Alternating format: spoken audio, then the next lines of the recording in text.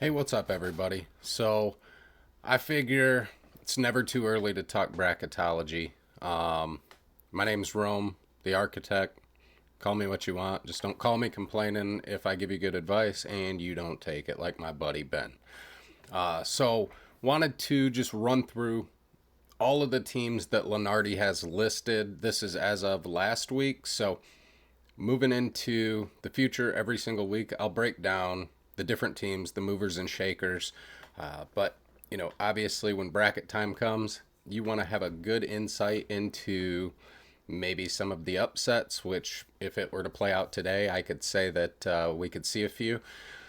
And so I'll jump right in here in a second. But just to give you a little background, the girlfriend, she's a diehard Michigan fan, so I watch a lot of Big Ten sports. I'm personally a diehard Tar Heel, as you can see, Vince behind me. Since '95, I've been a diehard Tar Heel, and we have Gamecock season tickets, so I get to see the SEC. So it's a ACC, SEC, Big Ten household. But I keep an eye on all college sports, all teams, all everything. So hopefully, some of the stuff I can break down for you today will at least start giving you bits and pieces of that insight so that when it comes bracket time and you're trying to maybe beat your coworkers or a group of 500 or maybe win that ESPN poll. So I'll jump right in. So currently, this is what Lunardi's bracket was looking like. There's some things that I'll address along the way. Some of the stuff kind of made me scratch my head, and then there was even more evidence with that as I started to do a couple things. So you'll see that soon. On the bubble, he has Villanova, Northwestern, Mississippi State, Colorado. We'll touch on every team that's on this except for the next four. No, so first four and next four we will not touch on. Um, Again, it's a very big surprise to see a Gonzaga team sit there at first four out. Since Mark Few's been there, I don't think I've ever seen them not be towards the top one, two, three, four rate. Um, and then you've got the other four teams over there: Florida, Wake, Nevada, Virginia. I will say, keep an eye on Ole Miss. They did just have a win last night versus Mississippi State, so I would likely see Ole Miss in there. They do have a big game against Gamecocks Tuesday. That could potentially call out their fate. We'll see. But so you've got Villanova, Northwestern, Mississippi State, Colorado as your bubble teams. Boise State, Texas, Providence, and TCU as your last four in.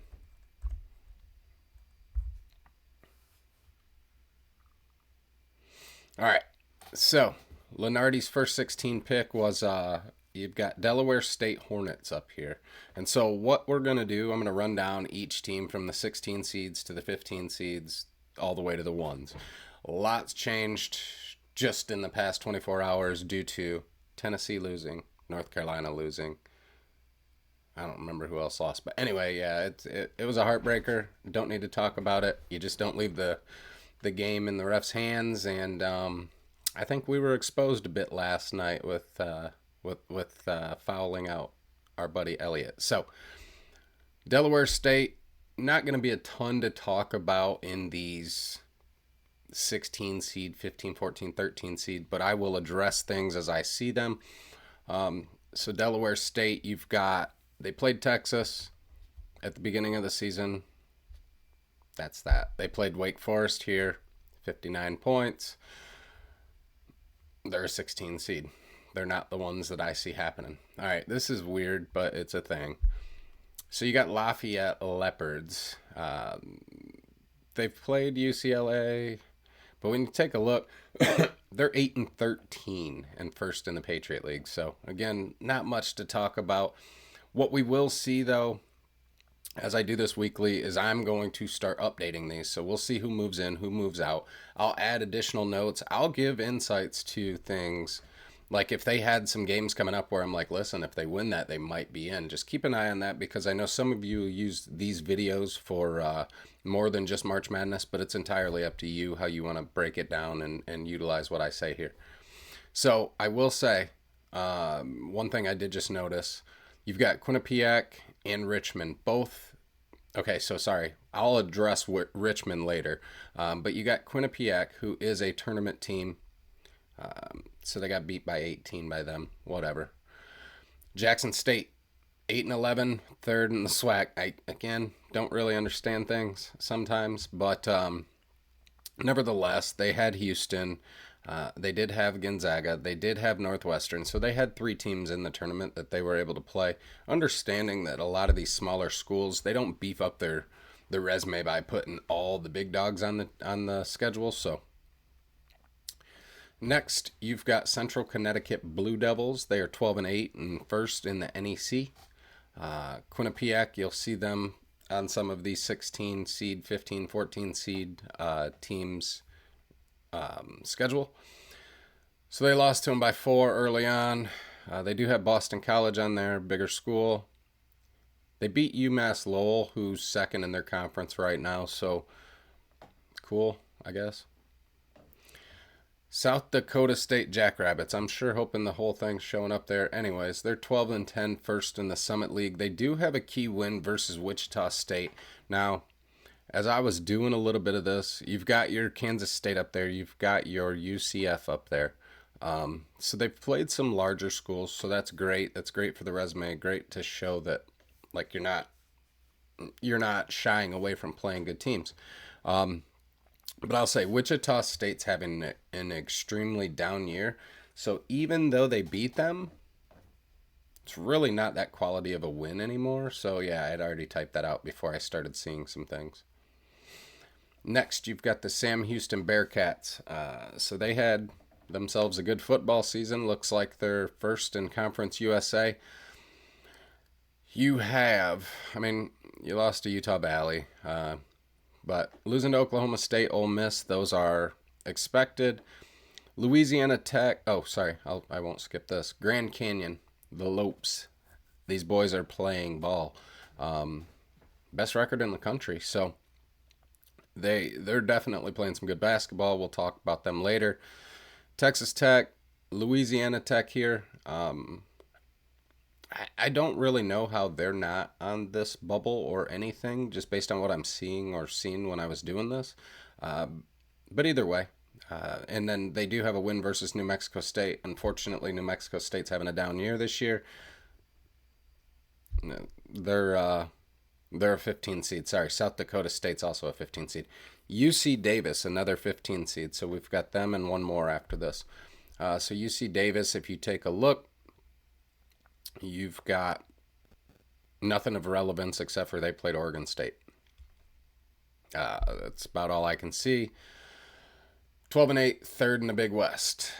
Here's Quinnipiac. Now, this is an interesting team to keep an eye on. This could be your 15-2 upset if they were, in fact, given a 15 seed.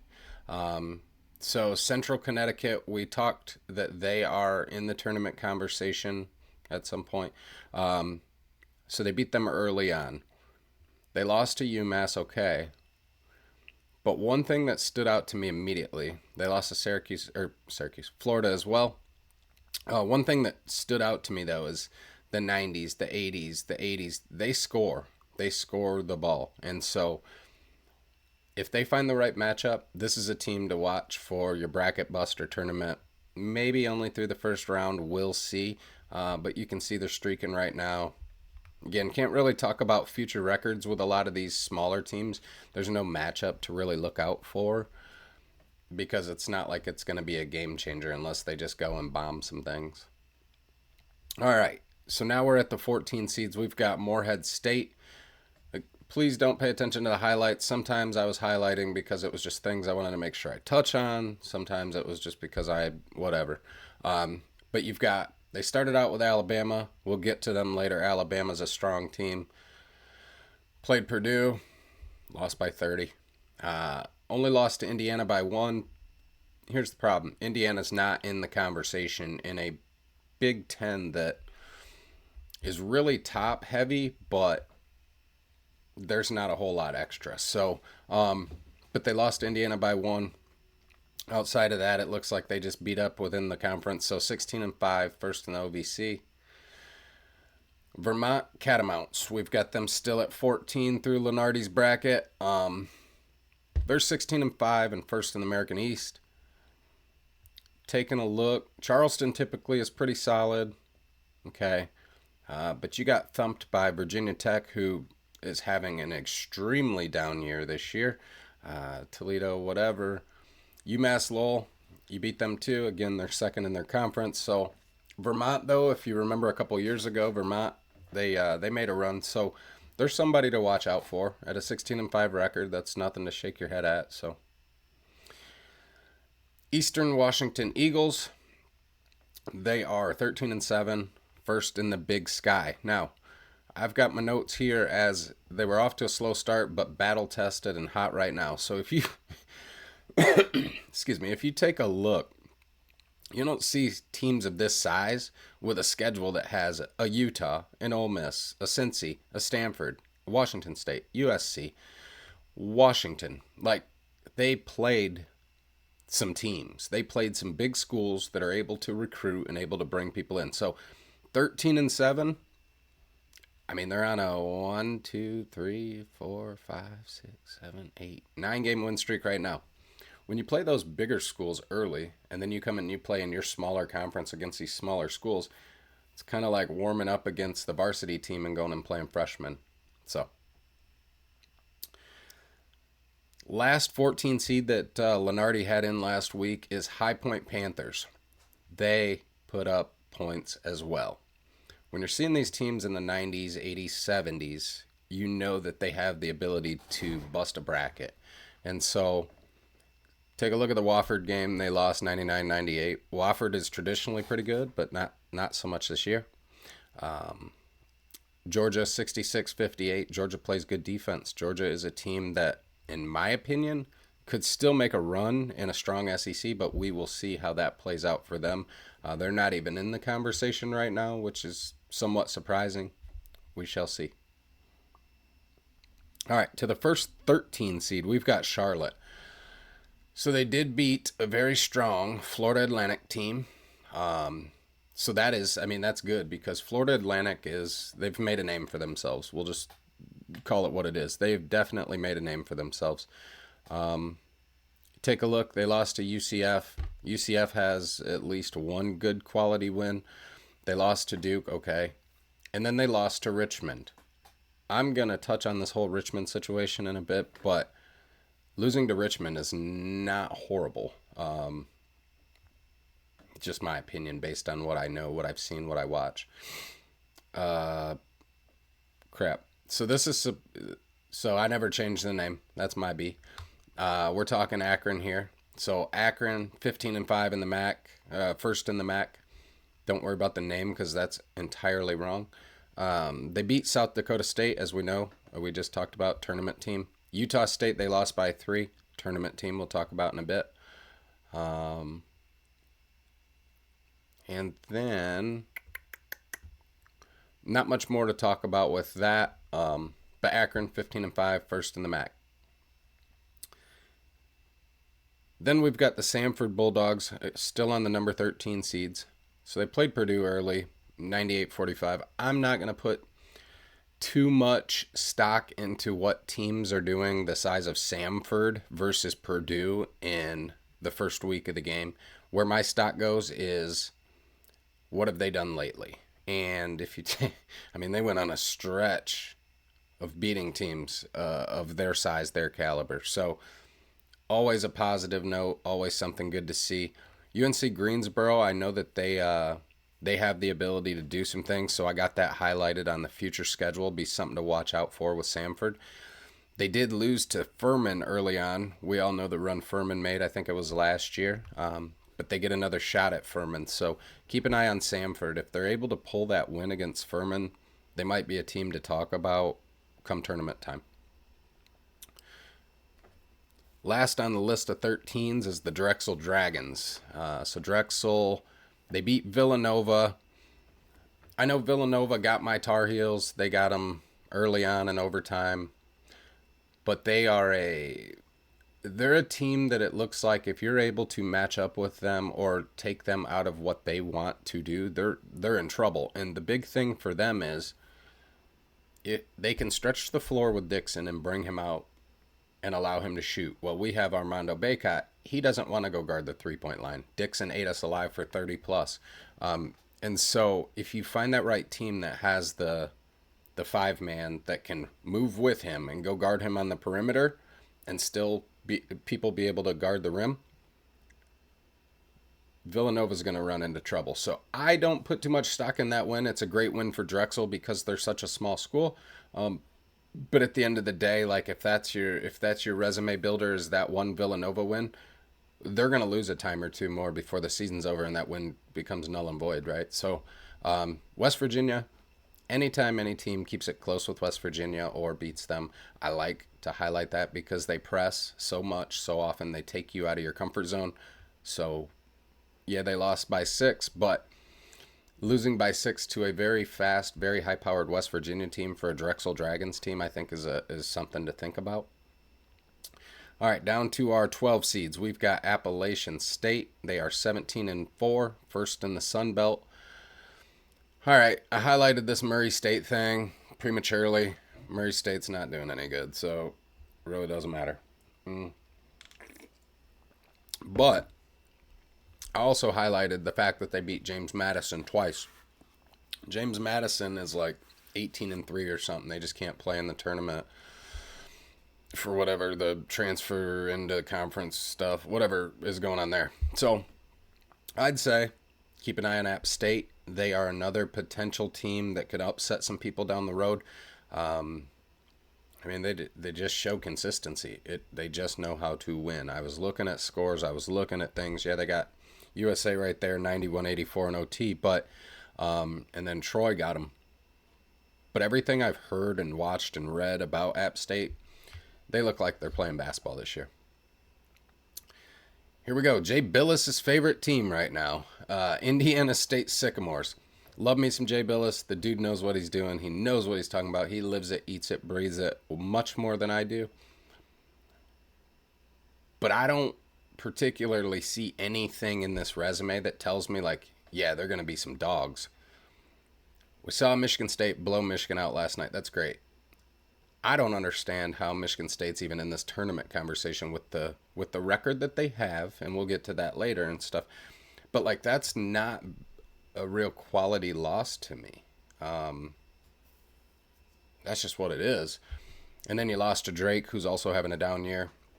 But I mean, 18-3, first in the Mountain Valley, like it's good. Don't get me wrong, but when I was listening to Jay Billis talk about this over and over, I'm like, man, they must just be killing it. I'm not seeing them, whatever. So then when I start putting this together, I was like, we'll see. We'll see. So we'll keep an eye on them moving forward. They get Drake again, so maybe they bust Drake by 30, and then I can shut up. But outside of that, Northern Iowa's having a down year. I have to watch them. I have to get convinced. And right now, okay, cool. They're on the line with the 12. But I'll jump right into the next team because this is surprising. So Grand Canyon. On my website, I'm updating the records every single day. Grand Canyon was like the top of that list the entire time. And I'm going, huh. And I knew that South Carolina got them, who also South Carolina was being snubbed up until today still, because they're still unranked and they just smacked Kentucky last week.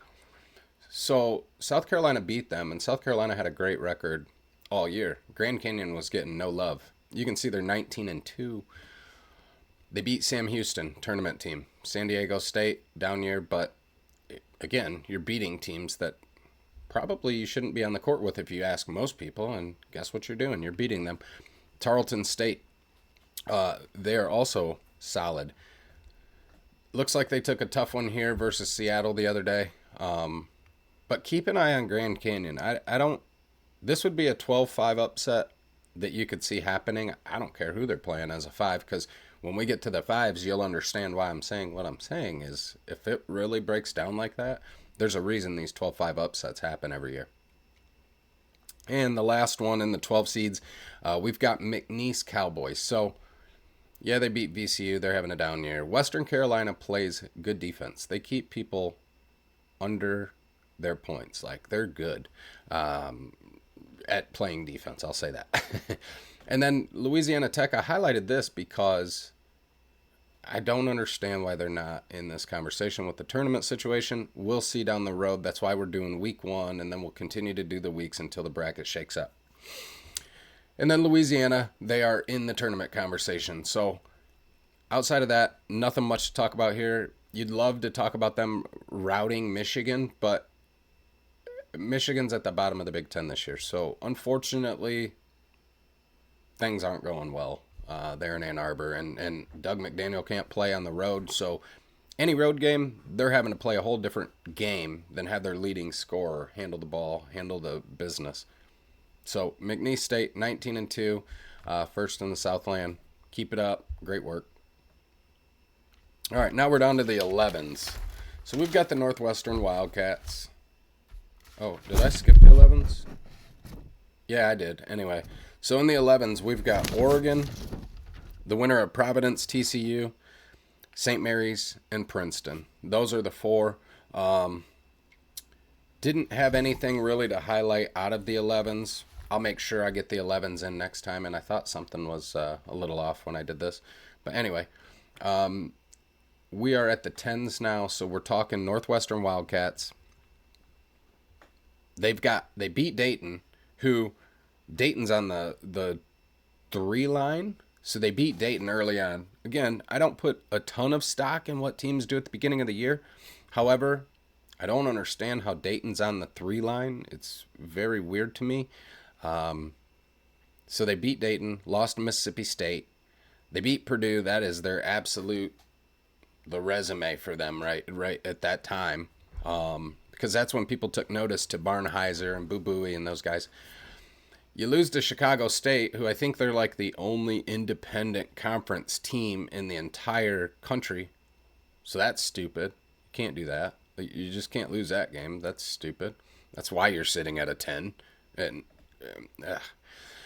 you got Illinois, hot team right now. Blasted them by 30. Northwestern's known to play some defense and stop some points majority of the time. So for Illinois to go off for 96 is incredible to me. You beat Michigan State 88-74. Maybe according to resume stuff that it looks good, but I'm still not sold. I mean, yeah, whatever. Lost to Wisconsin, who's currently the top of the Big Ten. Lost to Nebraska, also a tournament team. Came back and beat Illinois 96-91. And then you destroyed Ohio State, who early on, they were definitely known to make a run with Bruce Thornton, Roddy Gale, Zed Key. They've got a good team. I just don't know what they got going on down there in Columbus right now. Next 10 seed, puzzling to me. Oh, well, let me go back to this. So they're 15-5 and 4th in the Big Ten is Northwestern. I don't understand this. They're going to be out of this conversation after last night. They just lost to Ole Miss, I believe. Or, no, maybe A&M did. Anyway,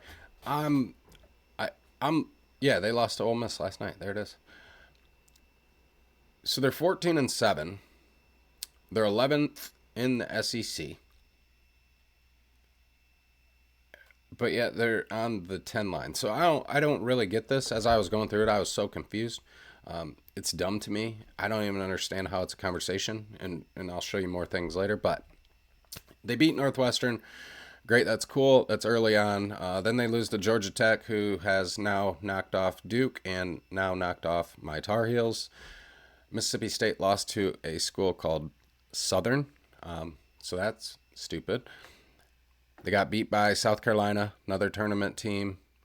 They did beat Tennessee, so props to them for that. Lost to Bama, lost to Kentucky, lost to Florida. They beat Auburn, who, in my opinion, they should fall out of the top 25 here real soon. I don't know what Bruce Pearl's doing. They've got Janai Broom, great player. KD Johnson, he's fun to watch. And Flanagan, and I don't know what's going on in Auburn. I have no idea what's going on in Auburn. So whatever, that's not really that quality of a win anymore. And so you're 14-7 and 11th in the SEC, but yet you're on a 10 line. It doesn't make any sense. Whatever, not up to me. And then you got busted by Ole Miss last night by 4. So I don't foresee them staying here. I think this one will move next week. We'll get to that. Some things for them to look forward to, though, is they got Bama, who's going to probably punch them in the mouth. They get Ole Miss again. Then they get Kentucky, and again, I don't see this Auburn one being a quality game by that time. Texas A&M, they're in the tournament currently as it sits, and then you've got South Carolina that they're going to wrap up their season against. So we'll see how it works for them. They've got a tough road ahead, but I mean, just that loss last night should probably remove them from this conversation because they're probably not looking any better. You got the Boise State Broncos. So this is a play-in game, or yeah, what they're looking at as a play-in game with Boise State in Texas. All of their losses are bad, with the exception of Clemson. So I don't really know what to make of this just yet, because you lost to UNLV. Well, they don't even have Jamal Mashburn Jr. anymore. You lost to Butler. Butler should be good. They've got good players. They just can't put it together. They're not looking good at all. You lost to Virginia Tech. And then, again, yeah, you lost to Clemson. So you got some wins against like St. Mary's and Colorado State. San Diego State, again, not having a good year. And then you lost to Utah State. So that one was quality too. So excuse my notes on being bad here. But I would say, maybe they do have some chance at redemption. But you can see Colorado State was 17 and you beat them. Well, now they're 24. So that's not nearly as impactful. Now, if you beat them in their house, okay, get a little bit of something. Same thing with Utah State. If you're able to pull that off, okay, you've got something to talk about. And then we'll see what happens with New Mexico on the 2nd. Texas Longhorns. So, yeah. Not really sure what to make of this Texas team. They have all the talent in the world. But Rodney Terry just seems there's something, they're just not clicking. Last night they were almost able, or Monday night, sorry about that. Monday night they were almost able to pull off the win against Houston, which I think would have been a great one. But like beating Baylor was good at the beginning of the season, and they're kind of just trending downward. I don't hold too much stock in this Texas team. They're 14-7, 12th in the Big 12. You'll see later, though, that it looks like Lunardi is favoring, or based on the whatever, they're favoring the Big 12 because it's like, I don't know, 10 of the teams in the Big 12 are moving in or something. The last number 10 is the Colorado Buffaloes. They're 15-6, third in the Pac-12. They do have bad losses, but they've been scoring lately. So I highlighted Richmond because no one's going to highlight Richmond because they're leading their conference, yet they're not in the tournament. I'm very surprised by this. I'm going to keep complaining because I don't understand it. You lose to Florida State, they're not that good.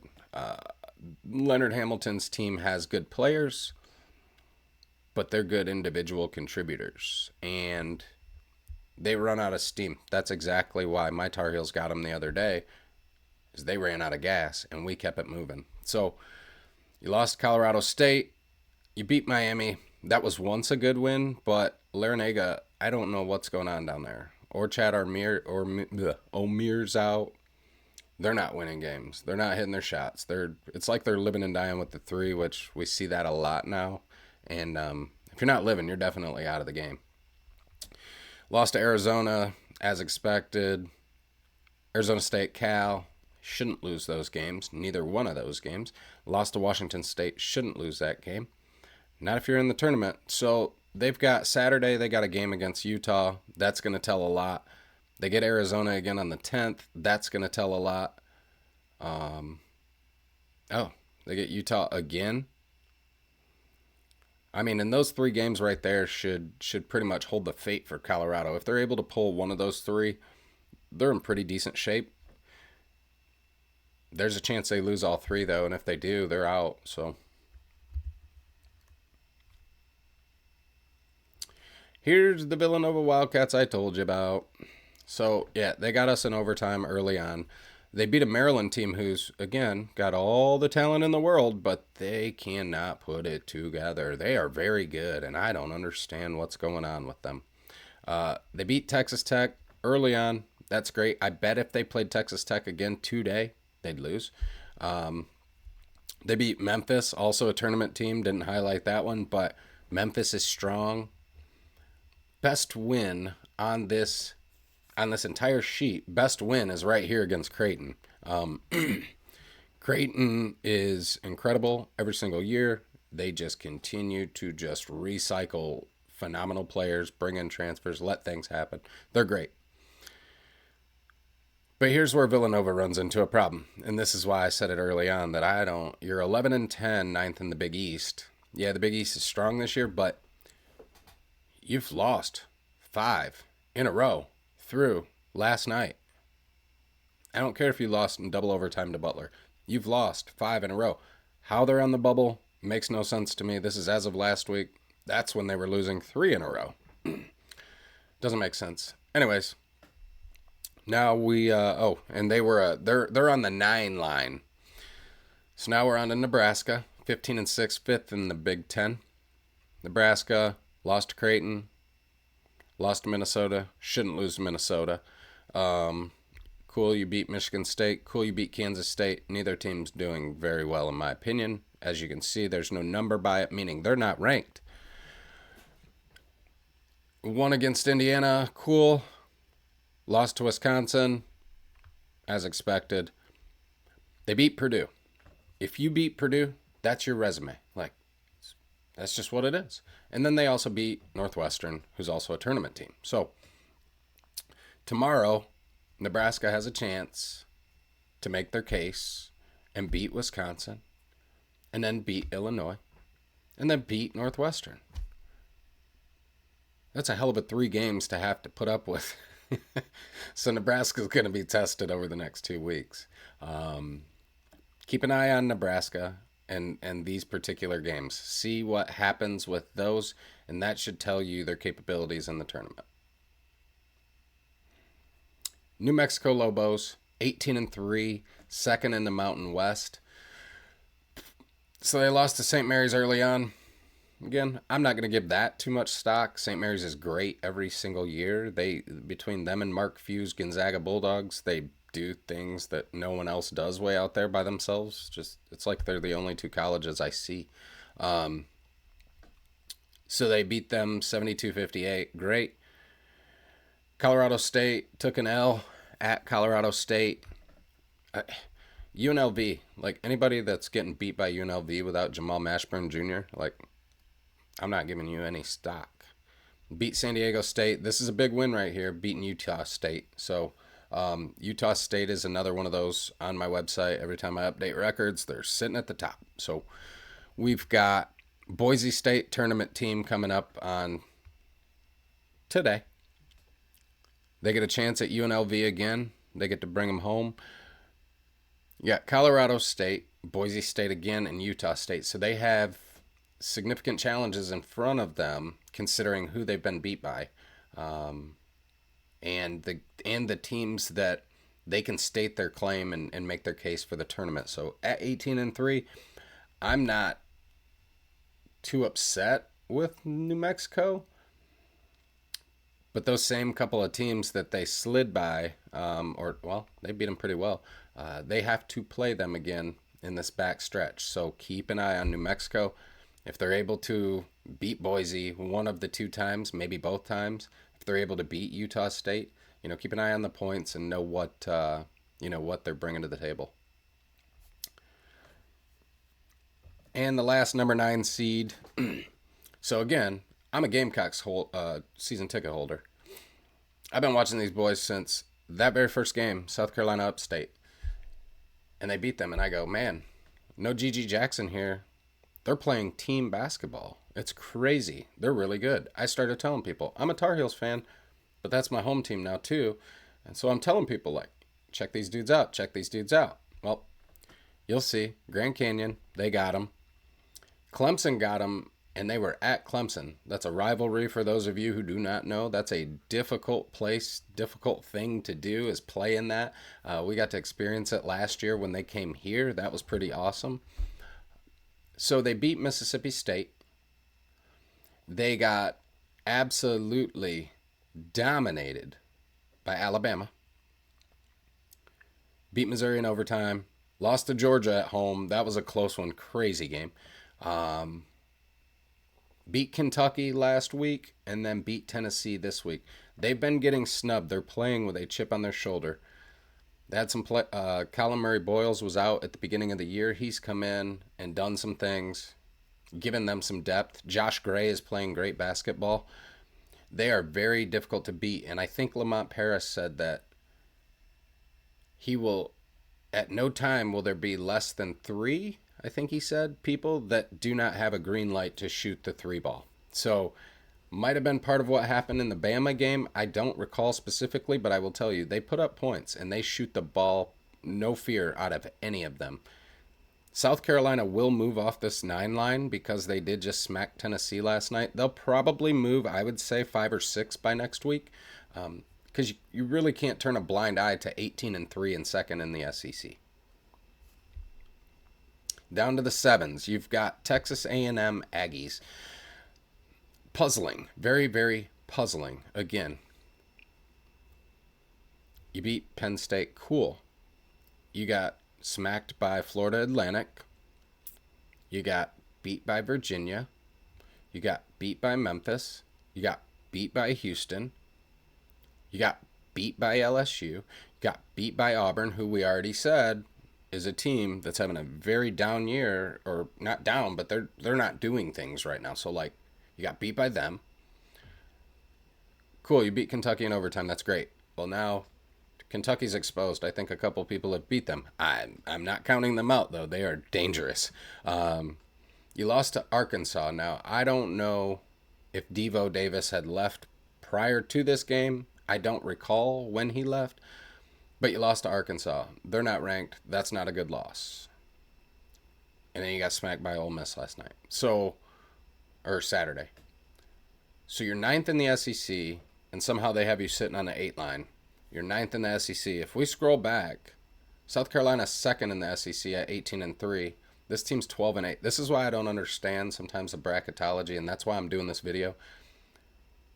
Is just because these teams are ranked in these certain areas, and I know that it's not out yet, the bracket's not out, but sometimes the logic behind this just doesn't work, and that's how I've been successful in the years, is knowing these things moving into bracket time and then watching conference tournaments. Anyway, I'm not going to spend too much more time on Buzz Williams' team down there. Texas Tech, they're good. They're streaky. They're streaky and good. They did just lose last night to TCU. They beat an Oklahoma team who I can't give a ton of credit to this Oklahoma team. I don't think they have an identity. I don't think they know what they want to do. Like their whole season looks like this. It's a roller coaster. So they were able to beat BYU. BYU's talented. Lost to Houston. Texas, you beat them. They don't have an identity. Sam Houston, you beat them. They're in the tournament, but a very small school. You lose to Butler. Any team that loses to Butler, I'm going to say the same thing. Like, it doesn't make sense. And then you lost to Nova, which, yeah, you did that early on, but they're losing so much. They're on a 5-game losing streak, which makes this win not much of a priority. Like, it's not a good win for you. But I will say, Pop Isaacs, Toussaint, they are good. They're fun to watch, very fast, well coached. It's a good team. Next, number 8, we've got St. John's, 13-7, 5th in the Big East. So, losing to Michigan, any team in the world right now, and the girlfriend will hate me for this, but she knows it's true. Like, if you lose to Michigan, I don't care who it is, when it is, where it is, that's a horrible loss. Like, that's a horrible... They won't make the NIT this year. They're at the bottom of the Big Ten. So, that doesn't look good, but the good part is it was early on. Dayton, you lose to them. Well, they're in the field, and like I said earlier, they're at a 3, which is weird. Utah, you beat them. I didn't highlight that. I forgot to. So you beat Utah, strong team. West Virginia, very strong as far as facing the press and things. And they got this transfer from Harvard, Ledlam. He's very good. He's not built like a guard, but he's a guard, and he can shoot the ball. And then they got this guy Soriano, who is a man amongst boys. So matchups for them will play a key when it comes time to have these conversations. But 13-7, fifth in the Big East. Big East is just beating each other up. Held down by them boys right there. UConn, they're so tough. So you got a loss against Boston College. It's not a great one, and you were at home. You lose to UConn by 4. That's actually a heck of a loss. You beat Villanova. Said it numerous times. It's not that important anymore. Beat Providence. In my opinion, that one's not very important. You lost to Creighton by 1. You're good at losing close games, and so their back stretch, and they just beat Nova here. Lost to Marquette by 1. Their back stretch. You've got UConn again on the 3rd. You got Marquette on the 10th. You got Creighton on the 25th. I would say they probably need to win 2 of those 3 to kind of solidify their spot, because if you're beating on Butler, no one cares. If you're beating on DePaul, no one cares. If you're beating on Georgetown, no one cares. Seton Hall shouldn't even be in the tournament conversation. I'll show that in a bit, but that's stupid. Xavier, they're having a horribly down year. So St. John's could be a team that falls out just based on the end of the season schedule, unless they make a run in the tournament, which you're likely to be matched up with either on the side of UConn or on the side of Marquette. Either way, it's just like the NFL thing. You're going to go through Mahomes or you're going to go through Lamar, right? Like, that's just the thought. So they're not going to be, they're going to draw a short straw regardless. And so they have to make an impact here during the season in order to make this tournament, in my opinion. Here's Seton Hall, last of the 8 seeds. So they're 14-8 and 4th in the Big East. So they lost to USC. It's a horrible loss. They were 23 based on what? Nothing. They had done nothing at that point. This is why rankings shouldn't come out until a while in. Then you lose to Iowa, who they're not doing anything. I mean, they fell off. You lose to Baylor. That was a quality loss then. Baylor's struggling right now. You lose to Rutgers. You lose to Xavier. Okay, you beat Providence. You beat Marquette. And you beat St. John's. But now you're on a 3-game losing streak.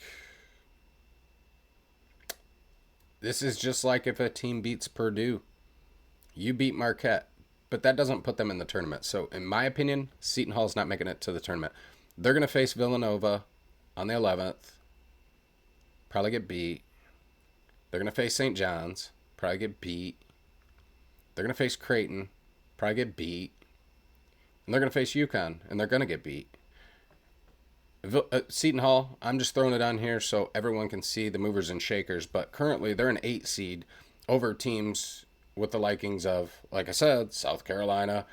Northwestern's got a better resume, in my opinion. Like, I don't even know why we're having this conversation about this team, but it is what it is. Down to the 7s. Utah Utes, 12-8, third in the Big West. Utah's strong. They're just a strong athletic school. They lost to Houston by 10, lost to St. John's. They did beat St. Mary's. We alluded to that team earlier. BYU, that's a big win for them. Lost to Arizona State. I think Arizona State's a funny team. They beat teams that they probably shouldn't, but they do. They've got talent. I haven't watched them much. I just keep up with daily fantasy stuff. Keep an eye on Arizona State. This is for those of you who aren't going to use this for just the bracket. Just keep an eye on Arizona State. Losing to Arizona, expected. You lose to Washington State, that's stupid. Don't do that. You lose to Washington, it's a little more acceptable, but that's still stupid. So, as you can see, Utah's on a 2-game skid, meaning they're probably moving off that 7 line and going up 2 on their way out. You've still got Arizona on the schedule. No stock in USC. I don't care. Colorado, and then Oregon. Oregon will probably have some fun in that game too. So, and they're at Oregon in Eugene. Now we got the Clemson Tigers. They are 14-6, 10th in the ACC. So Clemson beat Boise. They're a tournament team. I don't hate Clemson's game. I don't hate how they play. PJ Hull is an absolute manimal. Joe Girard can shoot them into a game. Yeah, they beat Bama. So that, in my opinion, that's going to be one of the more underrated wins that any team has this season. Because if Mark Sears is on the court, Alabama has a chance to win. That's all there is to it. So they beat Pittsburgh. I consider a quality win, just knowing that their resume is probably not as good. Pittsburgh's a good team, though.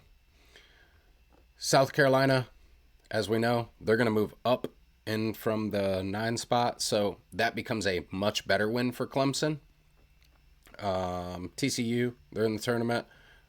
That's a good win. Memphis, they're in the tournament. That's a good win, or according to this stuff. Sorry when I say that. Miami, horrible loss. That's a horrible loss for anybody right now because Miami can't figure it out.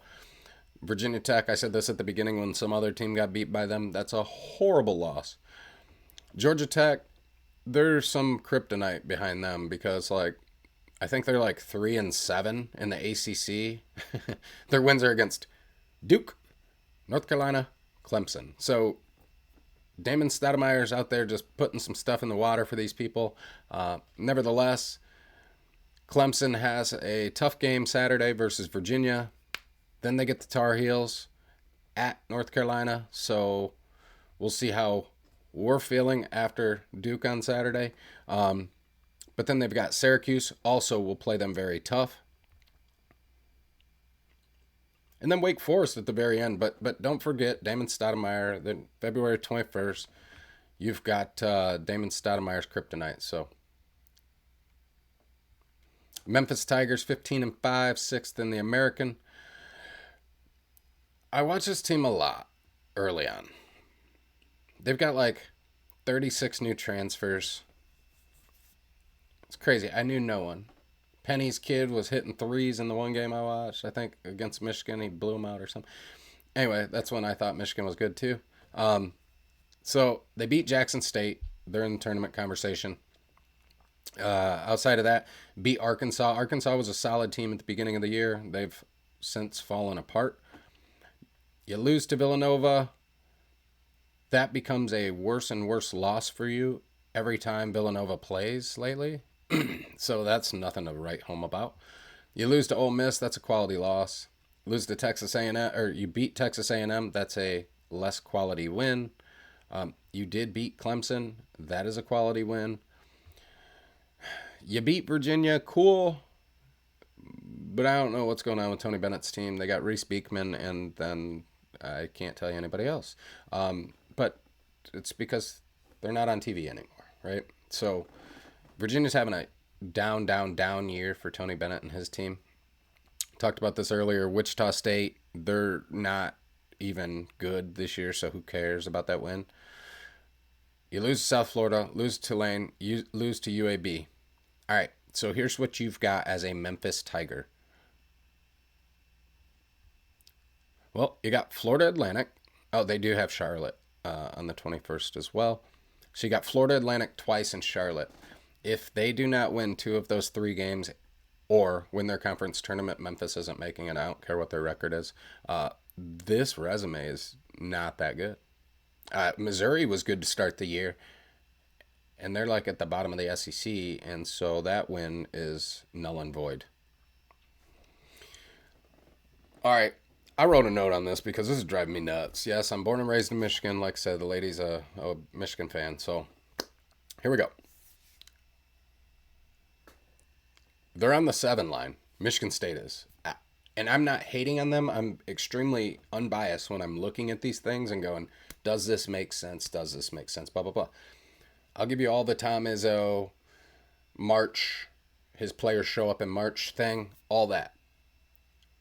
But putting everything aside and taking a look at just this, Michigan State is 1-8 versus teams that are currently in the tournament field. But yet they're ranked on the 7 line. They're not even ranked in the country, but they're on the 7 line against the likes of teams like Texas Tech, much more quality resumes and wins. Hell, Northwestern has a better quality resume and wins, and South Carolina, which will leap them because I don't care what they just. Congrats to Coach Izzo on his 700 wins, though. I love the man; he's a legend. But I don't understand why this would be a 7-line team. You lost to James Madison. Okay, I can get it. All right, week 1, they came into your house and they ate your lunch. That's fine. Then you lose to Duke. Okay, that's also fine. I understand those things. And then you lose to Arizona. I also understand that. But then you lose to Wisconsin. And then you lose to Nebraska. And then you beat lose to Northwestern, sorry. And then you lose to Illinois. And then you lose to Wisconsin. So maybe they were 2-8. Sorry, yeah, they were 2-8 because I didn't highlight the Indiana State game. So they beat Indiana State. You're Michigan State, like you shouldn't even be a question. And they beat Baylor. Now, Baylor is trending down as well. They've got a great freshman, Jacoby Walter, but I don't really understand what they've got going on right now either. So coming up for Michigan State, and again, I can't even justify the 7-line thing, so it's hard for me to even say like, oh, well, what do they need to do to X, Y, and Z? I have no idea. They got Illinois, win it. They got Purdue, win it.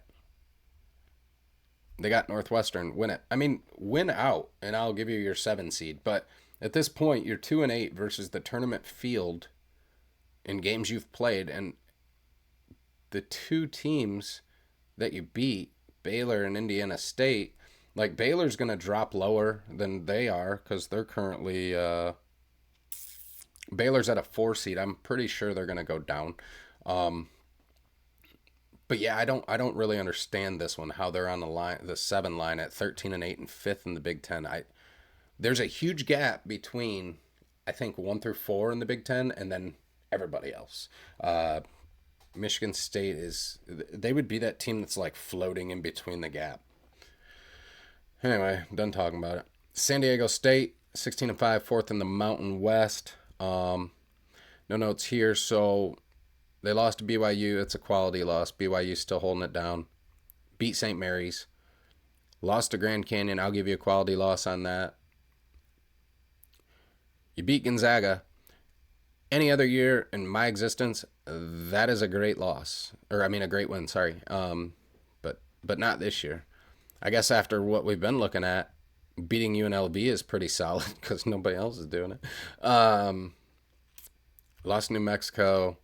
Lost Boise State, lost Colorado State. So if that's as expected, expect San Diego State to be out early. If that's any indication of like, well, you're losing to the teams you're supposed to lose to. No, So they got Utah State coming up Saturday. Day before Valentine's Day, they're gonna need some love because they got Colorado State again. New Mexico on the 16th. Utah State on the 20th. And then their season finale is versus Boise State. So those are the remaining tournament teams that they have to go up against. Like I said, the reason I'm doing this early on video, and I'm going to do one weekly, is if you get any indication off of trends and matchups and how these things work, they're losing to teams they're expected to lose to. So if they end up... Now, I personally don't understand the 6 seed on the line thing. I can go back through the 14s and 12s and say, nah, these... whatever. But that's why these things shake up over the next 5-6 weeks. So I don't foresee them staying on the 6 line, but if they do, they could be they're definitely a second round out, but first round could be a thing for them. Florida Atlantic. 17-4, first in the American. They are a good team, but they're a good team. If you watched any bit of the tournament last year, you'd know that. So, a lot of them are back, if not all of them. So they lost to Bryant early on. Don't care. Beat Texas A&M personally. Don't care because I don't care. Lost to Illinois and put up 89 on them. I mean, Illinois is almost scoring 100 points if they want to, right? So shout out to them boys in Champaign. They're doing their thing. Arizona, you beat Arizona in double OT, so that's a very, very good, solid, quality resume win. Lost to FGCU. We'll just blame it on you being tired. We'll do that. Lost to Charlotte, tournament team, so not a horrible loss, I guess. I don't think you should lose that one, but anyway. Future lies ahead. Well, stated this earlier. They got Memphis twice. They're worthy of the 6th seed. And what we're going to see here with these next few, honestly, if they run the table for the rest of the season, they could be at a 3 seed. Just you'll see as we go through these other teams. Like, they're 17-4 right now. They've got some good quality wins. Very quality loss in the Illinois game. A quality win versus Arizona. There's probably 6 teams that are stuck in their 1 and 2 range. But even when we get to Tennessee, like, Tennessee's going to fall back out. They're currently at the 2 on here. But they're going to fall down to at least a 4, I would say, just based on their losses. So, next is the Utah State Aggies. Been up there all year, every time I update the website. 19-2. First in the Mountain West. They lost to Bradley in overtime. Second game of the year. I don't care. Because since that, I mean, they torched for a lot of games. They beat Akron, who we talked about Akron earlier. I had the wrong thing typed up there. So they beat Akron 65-62. Good win. Beat Colorado State 77-72. Lost New Mexico. People that give up 98 and 99 points, like, you're not going to win this isn't the NBA. But then they beat Boise in overtime. So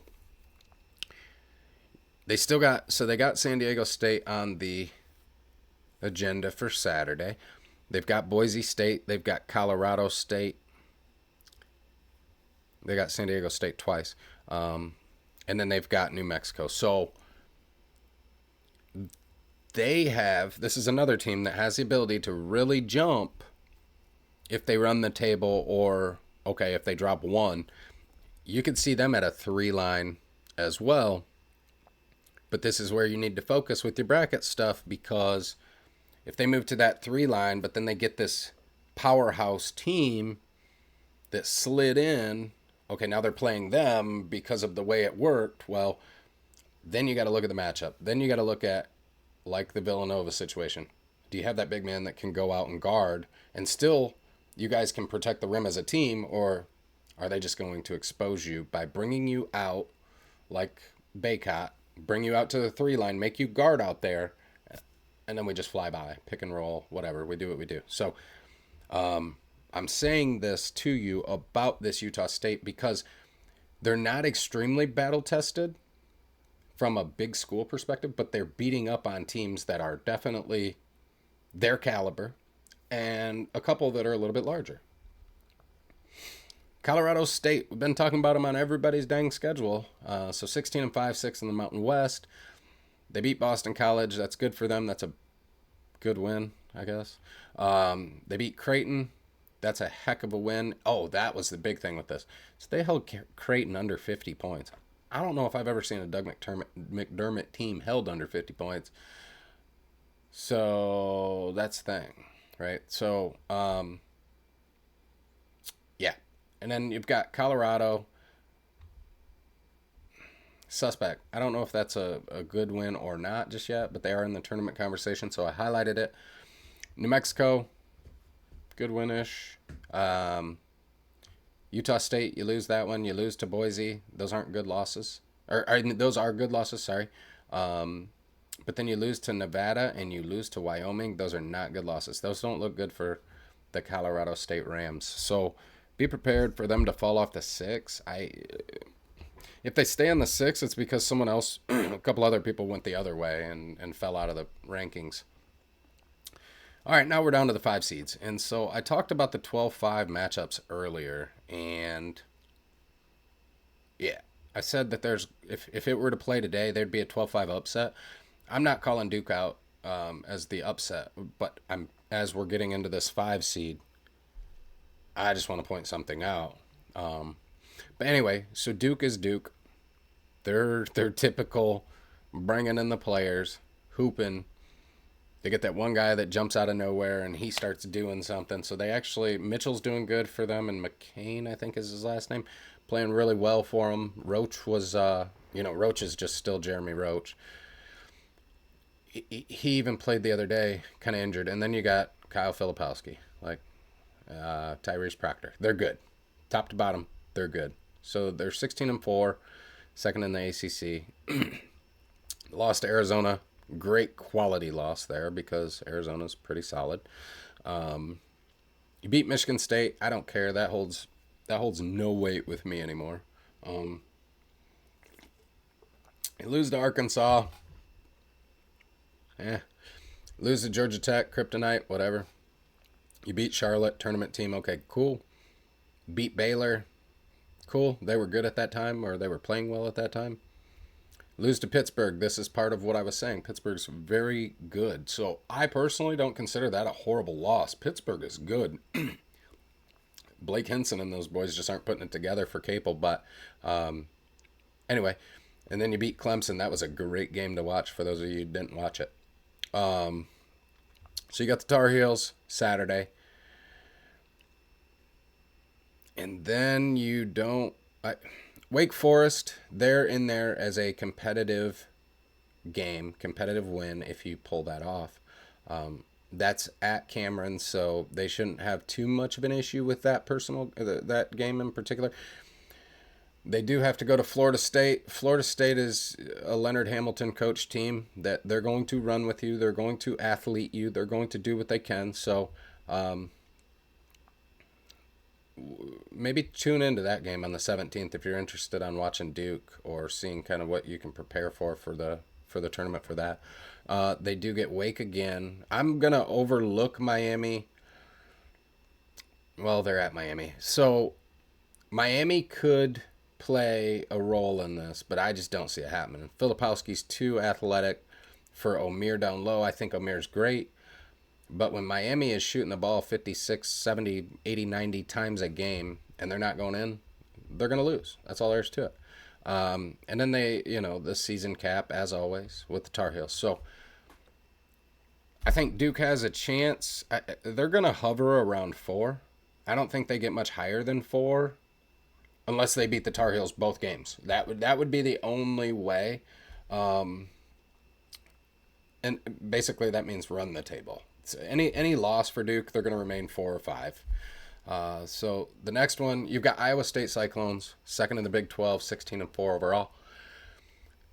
So when I was doing this, I was actually very surprised and impressed in a lot of different things. So lose to Virginia Tech early on. Virginia Tech, like I said earlier, they're butt cheeks. They're not good, so you can't lose that game. But it's early-ish. Lose to Texas A&M. Also, in my opinion, butt cheeks. They're not playing Buzz Williams basketball right now, so that's a thing. You lose to Oklahoma. I have no faith in Oklahoma at all, and so I don't like that you lost to them. But then you beat Houston. Okay, now you're making my ears perk. Okay.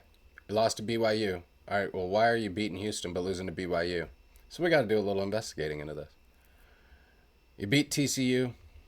They're a tournament team, so I highlighted it, whatever.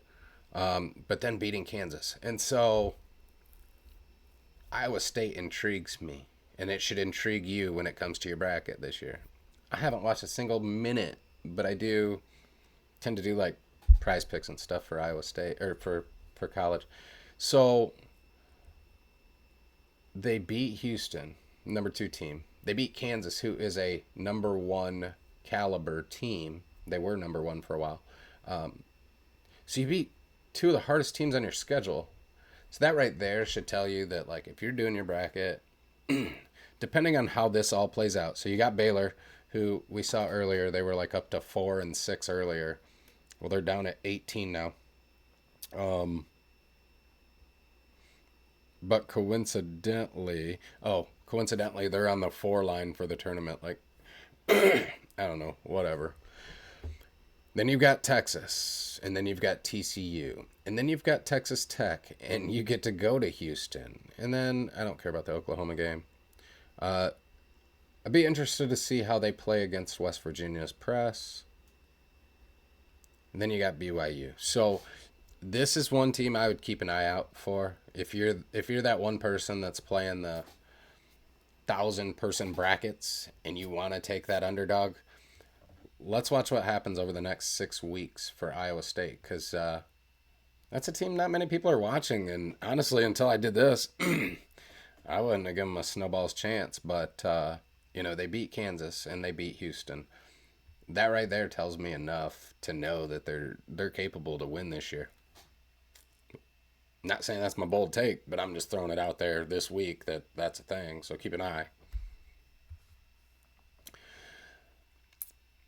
All right, next, number 5, we've got the BYU Cougars. We continue to talk about them because everybody is being beat by them, except for Cincinnati, Baylor, Texas Tech, Houston, and Utah. 15-5, 9th in the Big 12. Beat San Diego State. Cool. I don't even think they're in the tournament conversation. I don't remember. Yes, they are. Anyways, not that relevant to me right now.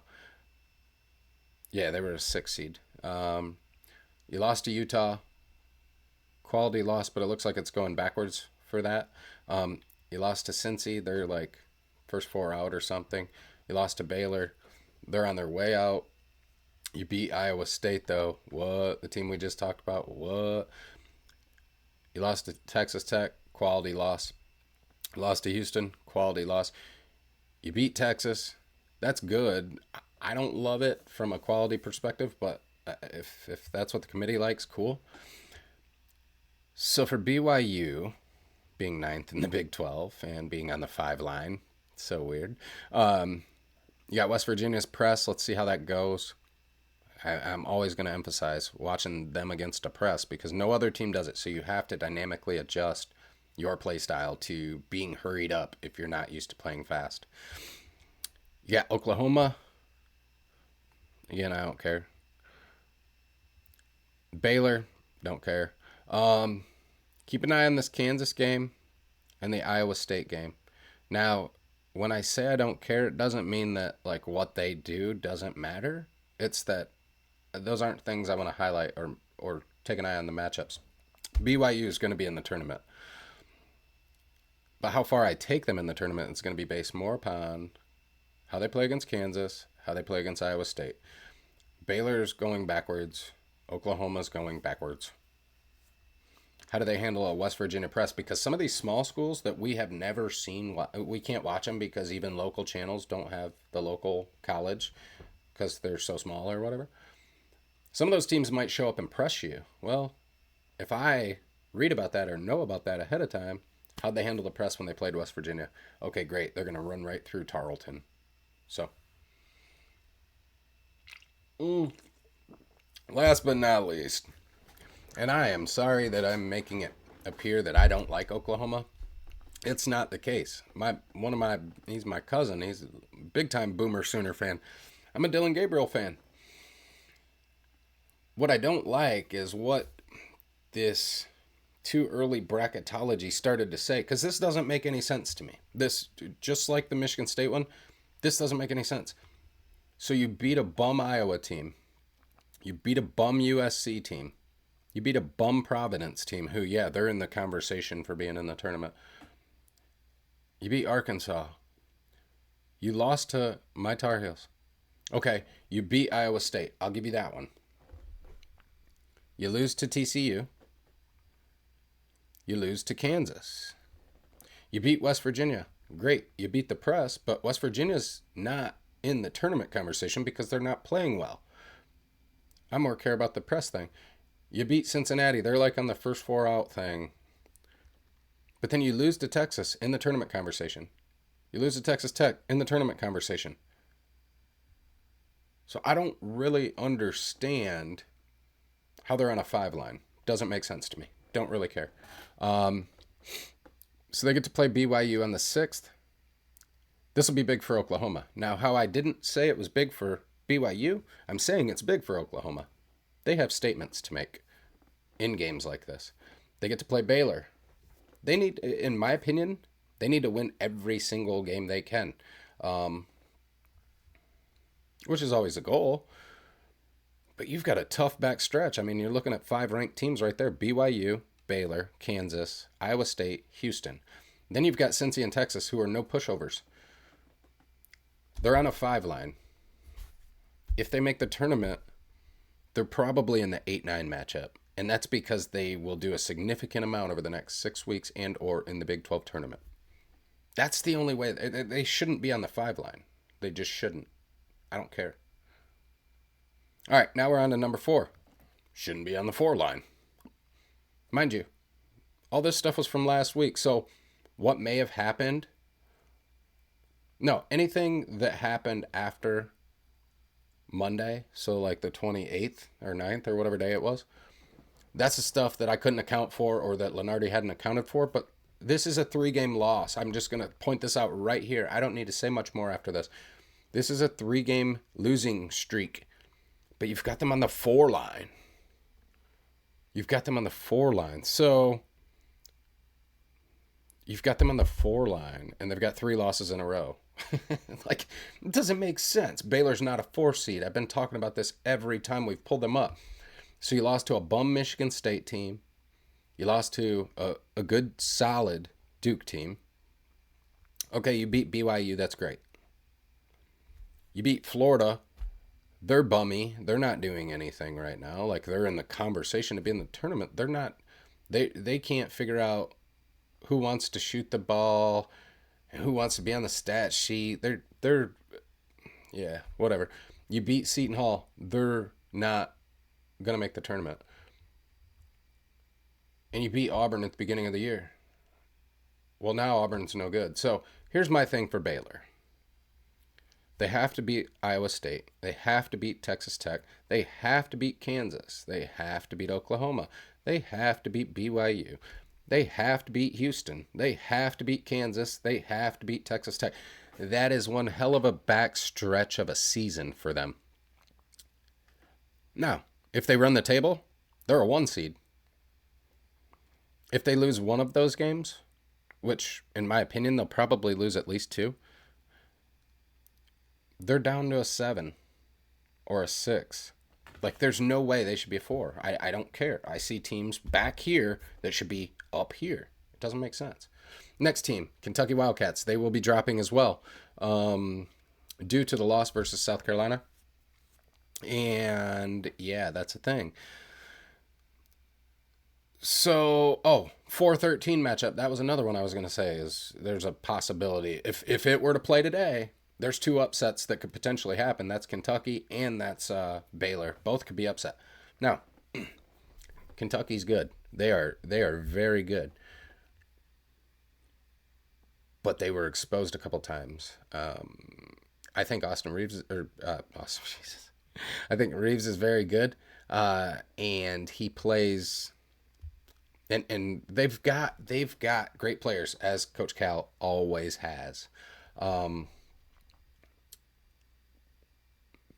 But just like he always has, they don't always have chemistry, and most times they're only around for a year. So it's like you're bringing in a brand new batch to try and let them play some rec ball together and be great at it.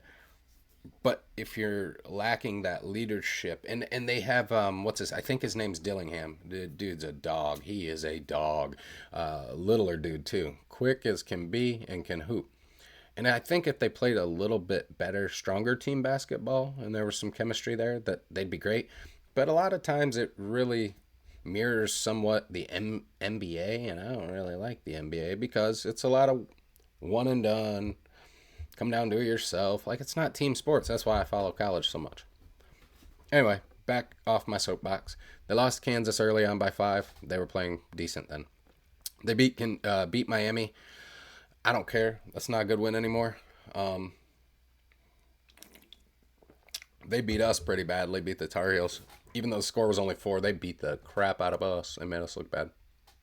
Beat Florida. That's a bummy win. Doesn't matter. You lost to Texas A&M. You shouldn't, because you just shouldn't. Lost Mississippi State, or beat Mississippi State. It's not a very quality win. Beat Georgia. I consider that one a quality win. And then you lost to South Carolina. They give up the least points that you've scored all year. So, Kentucky has Tennessee on Saturday. Probably want to tune into that game. That's going to be one of the more fun games to watch all year. That's just going to be a lot of fun. They get Ole Miss. So they do got Gonzaga on the 10th. I just realized that. Okay. Even though Gonzaga's not good, that's still going to be a nationally televised game. A lot can be told for where Kentucky goes. Ole Miss. So, in my opinion, by the time February 13th rolls around, even though South Carolina is likely to beat Ole Miss, I would say that the Ole Miss game is going to be more important to win for Kentucky than the Auburn game. And then they have Alabama. Like I said, if Mark Sears is on the court, Alabama can win any game. I don't care who it is. Get Mississippi State. That's not that important. And then they get Tennessee, who, yeah, that's dropped a little because they just lost last night or whatever. Tennessee's still Tennessee. Rick Barnes' coach team, they're good. So, always going to be looked at well by the committee. And Kentucky can make some moves, or they can sit around the force. I think they could possibly sit around they can get into the 3-2 conversation. I don't know about 2. They can get into the 3 conversation. I don't think they get as high as 2 though. The field's too top heavy. I don't think Kentucky can get higher than that.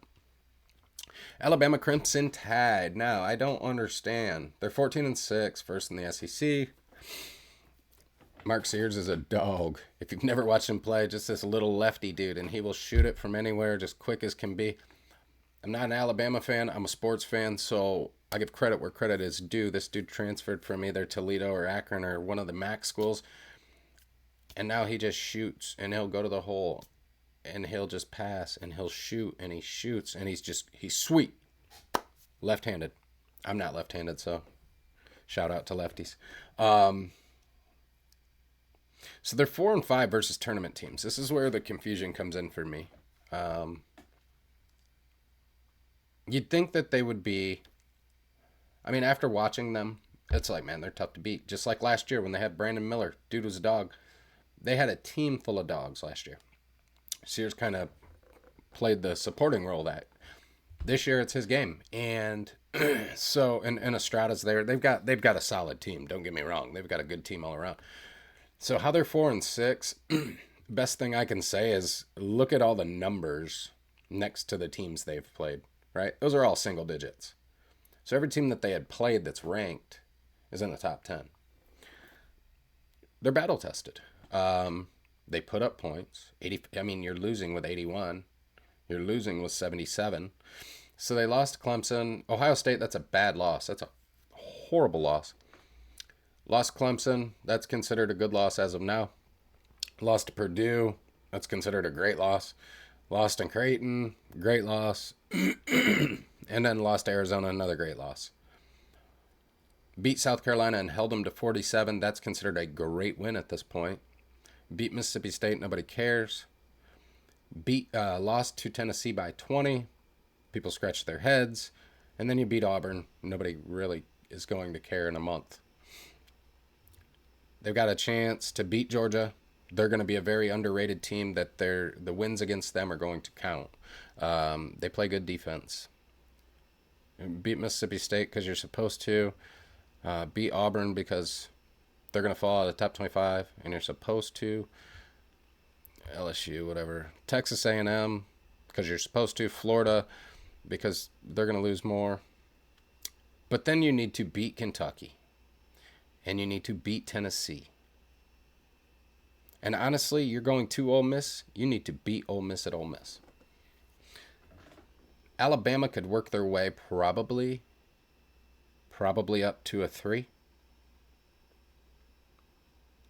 I think there is, after looking at it, there's going to be a 2 slot open, but I think we'll cover one of the teams that might move into that. Or there's 2 teams that could potentially go, but we'll cover that in a second.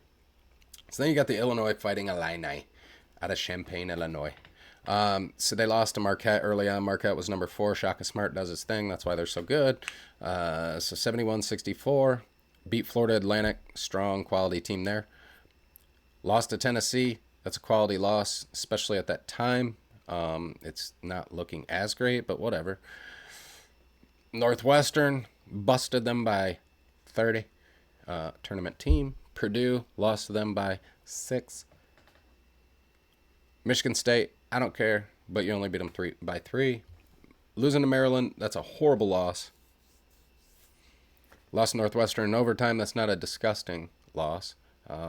But so what do they have on the docket? So Illinois, you need to win a lot of games, continue to. But you've got Nebraska, so that's going to be a resume one. Iowa doesn't matter. Wisconsin and Purdue. You got Nebraska, Wisconsin, and Purdue. You have to win those 3, but honestly, that means have to win those 3. That's bull. I didn't mean that. Beat Nebraska. Go into Wisconsin and win if you can win. And then you might have a case to jump up to the 3 slot.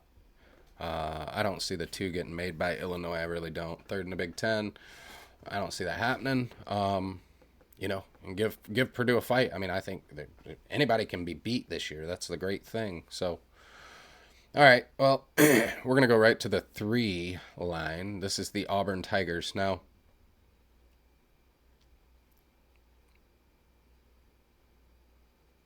whatever. They're 16-4. I had high hopes for this team because I watched Janai Broom in action. Dude's a dog. I watched a lot of their games early on with the 2 I mentioned, Katie Johnson and Flanagan. They were fun to watch early on. The Baylor game was the one I absolutely remember. I was like, man, they're going to be good. Doesn't matter who wins. They're going to be good. Well, they lost 88-82, and then they beat up on some teams that they're supposed to, like St. Bonaventure and Virginia Tech and Alabama A&M. And then they face a tournament team called Appalachian State. Appalachian State was how someone would correct me probably. They lose to them. Then you beat Indiana. Well, they're not in the tournament conversation this year, so whatever. Then you beat USC. Like I said, no stock there. Who have you beat? Okay, Texas A&M? No, I keep saying it. Doesn't matter. Okay, you beat Ole Miss. There you go. So they beat Ole Miss. But here's why I said Auburn's not going to be in the top 25. Who have you beat? Okay, Ole Miss. That's it. That's all you got. Period. So they get to see Ole Miss again at Ole Miss on the 3rd. Then they get to see Alabama on the 7th. Then they get to see South Carolina. They get them at home. Watch for Florida to possibly beat Auburn as well, just because. Then they get to see Kentucky right after Valentine's Day. They're going to need that love. They get to see a defensive Georgia team. They get to see a very defensive Tennessee team. Both of those are on the road. And then they get to go see Georgia at home. I don't think Auburn finished the season in the top 25. There's a few losses right there. So, anyway, they're on the 3 line. Doesn't make any sense. I don't care. I'm just throwing it out there. The Dayton Flyers. 17-3, second in the Big West. Pretty cool stuff. Dayton, they're always around the tournament conversations, and they're one of those Cinderellas that can shock the world. So if you look, they beat St. John's. They lost early on to Northwestern, but they beat St. John's, team we highlighted as in the tournament at a 8 or a 9 or a 10 or something. 8 seed. Beat Cincy. They're in the conversation to be in the tournament. Okay, cool. So here's the part that makes me scratch my head. I'm so confused. So if you look up there, it says second in the Big West. And if I'm correct, let me see. Anyway, whatever. So they lost to Richmond. Richmond's not even in the tournament conversation, but they're leading their Oh, wait. They're not in the Big West. I think that's wrong. Anyways. But they're second in their conference. Richmond is first in the conference, and they're not in the tournament conversation. So, about Dayton, like, who do you have left? Well, you don't play your first place team again. But your first place team's also not in the tournament conversation, the Spiders. So, whatever. I'm going to keep it moving. I don't think Dayton deserves a 3. I do think they're talented. I've seen plenty of their games and things, but whatever. I don't think they're a 3. I think that they could be removed. I think Auburn and Dayton could both go backwards. It's my opinion based on what I'm seeing. Like, Alabama could jump them. Kentucky could jump them. Iowa State could jump them. Duke could jump them. A lot of things could happen over the next month or so. This is why we're bringing this to you. So next, you've got the Creighton Blue Jays. So they beat a bummy Iowa team. Who cares? Lost Colorado State and only put up 48. I cannot believe it. Still, we just talked about it with Colorado. That's crazy. This team puts up 80s, and they're just good. They're very good. They got a lot of returners. So they beat Nebraska by 29. They lost to UNLV. Like I said, UNLV, some other teams is kryptonite. Beat Alabama. That's a huge win for them. Lost to Villanova. That looks horrible. Horrible nowadays for anybody. Lost to Marquette. They're solid. They're always going to be solid. They're solid on anybody's losing column. You beat Providence. Nothing to write home about. They were 23rd at the time, but they're not good. Beat St. John's. Lost to UConn. UConn held you to 48 as well. So 48's a lucky number. If you're going to beat them, hold them to 48, and I can assure you will win. And then you beat Seton Hall, who, again, I don't think they're going to make the tournament. That's stupid, but we'll see. I'm recording this so that we can revisit that, because I'll feel like an idiot if they run the table and make it. So you got Providence. They're tournament bound according to this stuff, which they may not make it either. And then you have UConn, St. John's, Marquette, and then you get to play Nova again. So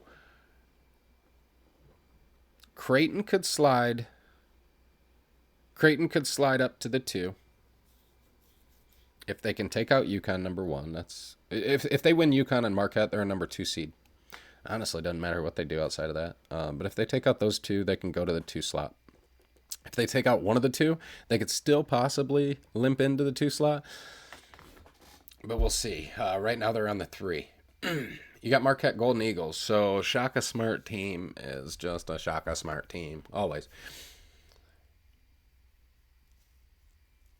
We've got Illinois. Illinois was a win. That was good, but it was early on. Illinois wasn't where they are now. So, yeah, it's quality because they got better and you beat them. You beat Kansas. That's huge. Purdue, you lost by 3. Wisconsin, you lost to them. They were not ranked, but I think that's something that put them on the map was when that happened. You beat Texas when they were 12. That's great. Providence, you lost to. You probably put them on the map, so they're welcome for that. You beat Creighton. They were already on the map. You lose to Seton Hall. That's probably what put them on the map. I think I'm seeing a trend here as I'm reading this stuff. You beat Nova. Oh, yeah, you can't lose to Butler either because that's stupid. Yeah, beat St. John's. That's a big win or good win. Beat Nova again. So, couple cool things about this whole Marquette team here. So they're sitting on a 3 line. I do believe that they move to a 2 line. As of next week, I do believe that they go up to 2 because their wins versus Seton Hall and Villanova. So I believe they jumped to 2, but they get the opportunity to solidify that 2. I don't foresee I see the 1 line changing only in one of 2 cases, but we'll see. But you got to beat St. John's. It would be great for you to take out UConn 1 time. You play them twice. And then you got to beat Creighton again. So, yeah, those are the things Marquette has to do to get to the 2. All right, Kansas Jayhawks. This is the first of the 2 seeds. So Kansas is a Bill Self-coached team with a guy named Hunter Dickinson. They got McCullough, they got Harris, they got Adams, they got a team. Oh, Furphy's doing things. So 17-4, fourth in the Big 12. Kentucky, big win. Tennessee, big win at the time. UConn, huge win because they don't lose very often. Can't lose to UCF, but you did. You beat Oklahoma, doesn't matter.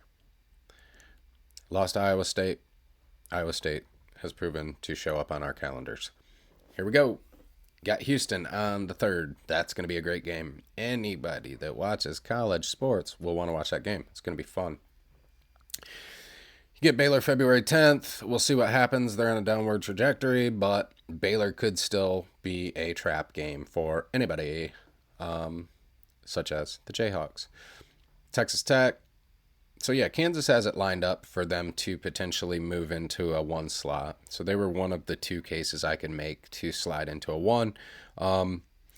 Currently, honestly, I like the top 4 of Purdue, UConn, UNC, and Houston. But just to be very honest, our loss last night versus Georgia Tech could make the committee look at things a bit different, where a Kansas or an Arizona could slide up ahead of us. Hopeful that we can go strong for the rest. Saturday tells a lot for us as a Tar Heels fan. If we play Duke and beat Duke, we stay right in that 1 conversation, right? So, but Kansas is one of the 2 teams I do see with the potential to move to a 1. And a lot of that would be dependent upon a couple other things. So, yeah. Wisconsin Badgers. So, yeah. They're on the 2 line. So they lost to Tennessee, lost Providence, lost Arizona, lost Penn State. They beat Michigan State. They beat Northwestern. They beat Nebraska. Okay, so they beat 3 teams that are supposedly in the tournament. Again, I'm not sold on this Michigan State thing. They beat Michigan State twice. Okay, so they beat Marquette. That was the big win for them. That's what put them on the map. I think I just said that. So Wisconsin has an opportunity, I don't believe, to get to the 1. Now, they could. They definitely could if they run this table. Absolutely. If you beat Purdue twice. But the thing is they've been able to avoid the monster to this point, and so it makes it difficult for me to say, like, oh, yeah, they can make it. If they're sitting on a 2 line, and it's been given, I think, beating Nebraska, beating Purdue, beating Illinois, and beating Purdue, I mean, that's a challenge in itself. And can they do it? Sure. They're first in the Big Ten right now. Take a look.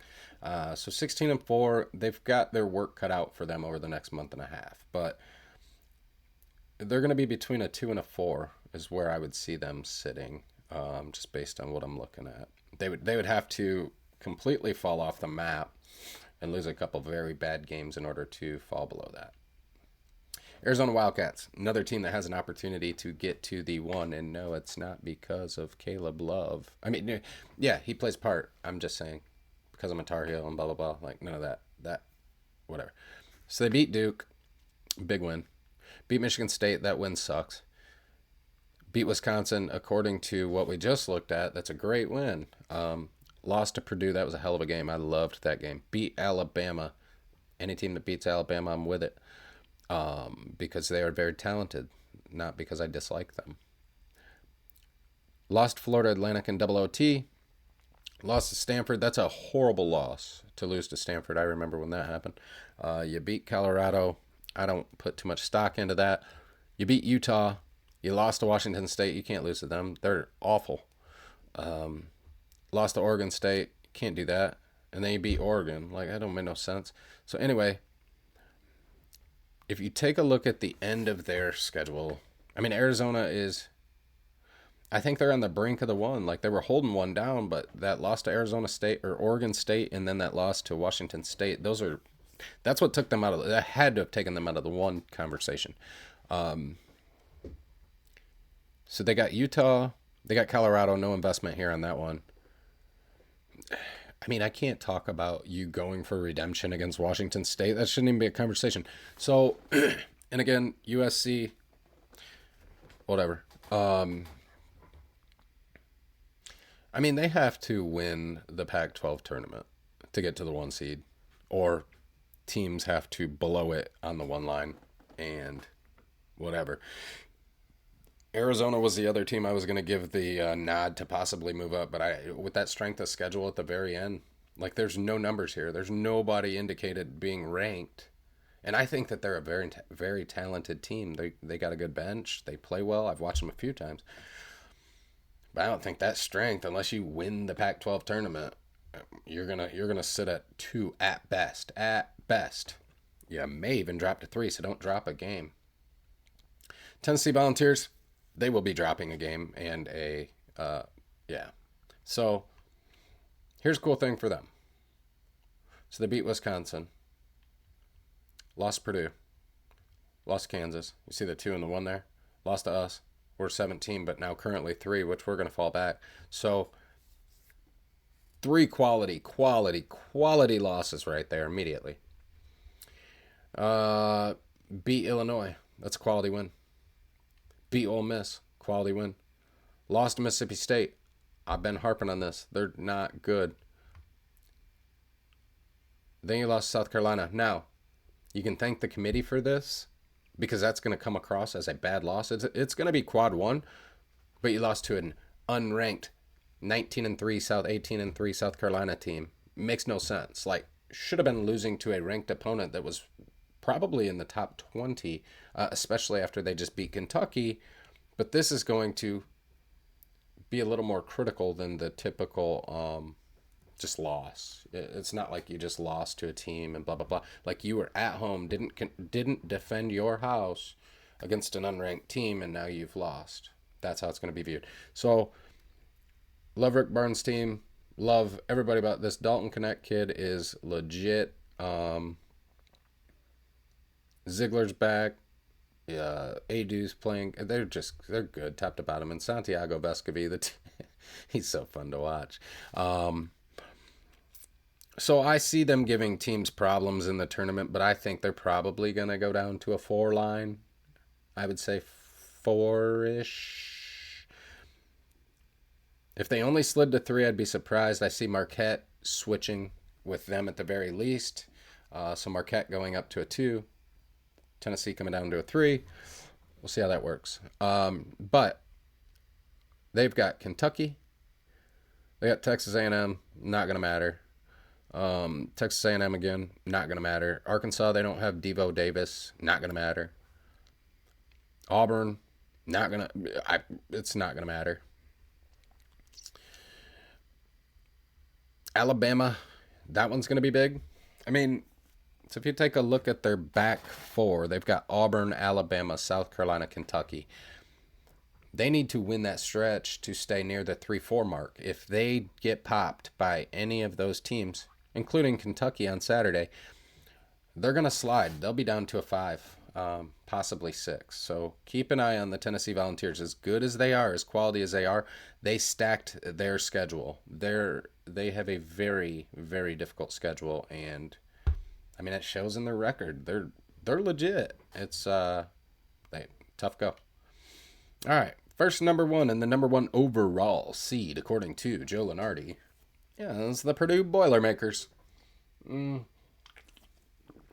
So they have the former hockey player, Zach Edey, 7'11", great hockey player, great basketball player. He's getting very crafty. He's getting very, very crafty and very good with the ball. And the best part about it is Purdue is learning how to use him better. Before, it was kind of just throw it up to the big guy, let him get it figured out. Fletcher Lawyer, Braden Smith, I've watched them. They're fun to watch. They're a good team. They're a great team. They probably got a little bit of a sour taste in their mouth from last year, but watch out for Purdue. They beat Gonzaga early on. Gonzaga was a nothing conversation. Oh, They railroaded Samford 98-45. We talked about that earlier. Morehead State, they were also on this list. They beat them. So they beat Gonzaga. That turned into a nothing win because Gonzaga's doing nothing for a Gonzaga team. They beat Tennessee. Great win. Beat Marquette. Great win. First blemish, Northwestern. Northwestern, I think Barnheiser had a good game that game. So then they come back. They beat Bama, team I've been talking up the entire show. Then they beat Arizona. Great team, like I said. Beat Illinois. But then you lose to Nebraska. The Huskers. Not really sure what happened there. Didn't watch the game, but it looks like they tagged them by 16. No, it doesn't look like it happened. So they get, tonight, the Northwestern Wildcats at Purdue. That's a fun arena to watch teams play in because that crowd is very engaged and very involved. So Purdue gets Northwestern. Then they get Wisconsin, who's currently sitting top of the Big Ten. And then they don't play anybody until... okay, sorry. I don't want to say it like that. All these teams are good. But anything that I see... Purdue plays too good of basketball. I think Minnesota, their coach, I think his name's Ben Johnson, he does a good job scheming things. But Purdue is just a very dynamic team with so many elements in how they play basketball. Yeah, Coach Painter's got them doing things that are just, they're great. That's just all there is to it. And so, Illinois, Wisconsin, so they get Wisconsin twice in the backstretch. That'll be big for both teams. And then they get Northwestern a chance for revenge tonight. I'm going to definitely tune into that, I do believe. And Illinois is at Illinois, so a game in Champaign, that'll be, that crowd will be rocking. Here we go to the UConn Huskies. So Coach Hurley is just a man amongst boys when it comes to coaching. I mean, his team's got swag. Tristan Newton's a beast. Cam Spencer, great. Caravan, great. Klingon, great. They're a great team. They got the freshman, I can't think of his name right now. Great team. A buddy of mine asked, do you think they're going to repeat? I said no. And why I said no is because this field is so... They're very good. I'm not going to take that from them. But there's so many dynamic teams that have the ability to walk in and do something random. And if you pull that buzzsaw and you grab the wrong one, like any given day for any of these teams, right? So... highlights for UConn to this point. Okay, you beat Texas. Suspect. You lost to Kansas. It's a great loss. You beat the crap out of North Carolina. You beat Gonzaga. Nobody cares. You lost to Seton Hall. Everyone cares because otherwise they wouldn't be in this tournament conversation. You beat St. John's. That's a good win. Beat Creighton again. Held them to 48. Lucky number for them. You beat Villanova by 1. Nobody cares. So then you've got, coming on the back stretch, and this is something interesting, you have not played Marquette yet. So UConn Marquette, there are potential implications on this one where, if Marquette goes 2-0 versus UConn, Marquette just flips with them. I've already said Marquette could move to 2. Well, now with that, Marquette can move to 1. With kind of the lay of the land here. They've also got Creighton at Creighton. St. John's at St. John's. I mean, they're spending some time on the road on the back stretch. So keep an eye on this UConn team. They're currently 19-2, but anything could happen at this point. Great team. Don't get me wrong. Great team. My Tar Heels. I could do a lot of talking about this, but so got blasted by Villanova. 17-4, first in the ACC right now. Got blasted by Villanova in an overtime game. Dixon shot us out for like 30, 32, 36 points, something like that. We beat Tennessee by 8, which makes 0 sense. We had 60 points in the first half and then just kind of took our foot off the gas. Lost to UConn. UConn throttled us. I don't care what the score says there either. Throttled us. Like we should have throttled Tennessee. Then we lost to Kentucky. Also was not a very close game. We just made it close towards the end. Quality win. Clemson. Kryptonite. Georgia Tech. So, you got Duke on Saturday. Clemson on Tuesday. Duke again. Now, any of the teams in the remaining list could beat the Tar Heels, but those are the 3 games to watch out for and watch. Now, what Georgia Tech was able to do, which kind of surprised me, that it even was a thing, but they were able to foul. Elliot Cadeau was able to foul himself out in one half, the second half of basketball. When Cadeau went out, the motion of the ball went different. We were exposed. Even though RJ has controlled the ball and handled the ball like all his life, he's playing off ball so he can be a scorer. So it really changed the dynamic. I think Seth Trimble is great coming off the bench. Hell of a defender. But we were exposed when our point guard was out. Just similar to when Roy left Kendall Marshall in the game. He broke his wrist on a layup. We were up by like 58,000.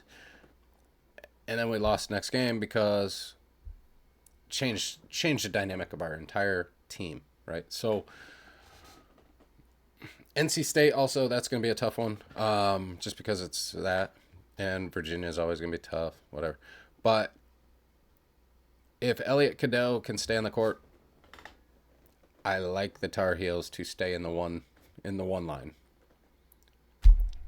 But if teams start finding ways to make that not a thing, Tar Heels may be in trouble.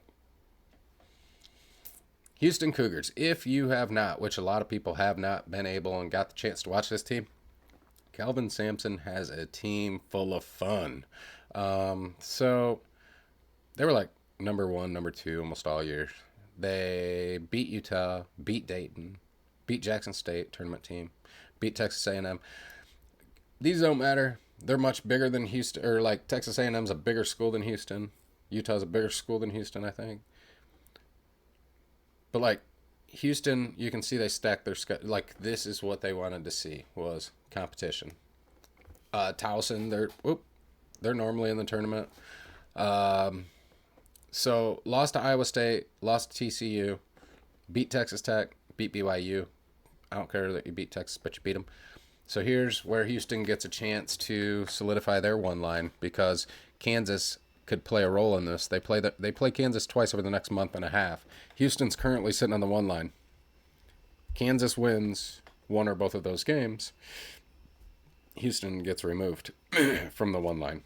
Kansas moves and they replace each other. That's how this works. They also have Iowa State who could make a case.